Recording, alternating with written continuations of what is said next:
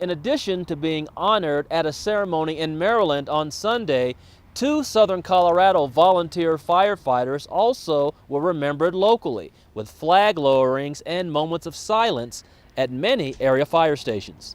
Chief Terry DeVore and John Schwartz Jr. of Olney Springs died in April of last year in a bridge collapse during the Ordway fire, which burned 8,000 acres and 22 homes.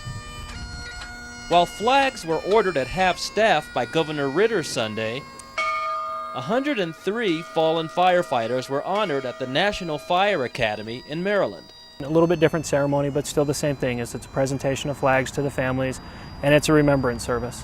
The Springs Memorial does not include the names of fallen volunteers, but Smaldino says the Olney Springs victims still influence what full-time crews do. We'll sit down around our table and kind of hash it out and make sure we're doing everything right. Who better to understand the value of volunteer firefighters than a former volunteer?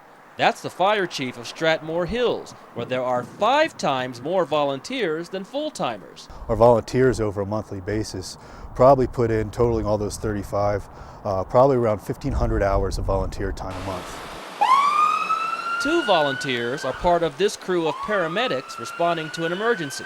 They may not have the same training as full-timers, but they're just as willing to risk their lives, as the Olney Springs volunteers did. Full-time firefighters emphasize that not having the names of fallen volunteers on the wall at the Springs Memorial does not show a lack of appreciation or respect for the job that volunteers do, especially given that volunteers do their job without getting paid for it. However, the names of fallen volunteers do appear not only in Maryland, but also at the State Fallen Memorial in Lakewood. In Colorado Springs, Scott Harrison, News Channel 13.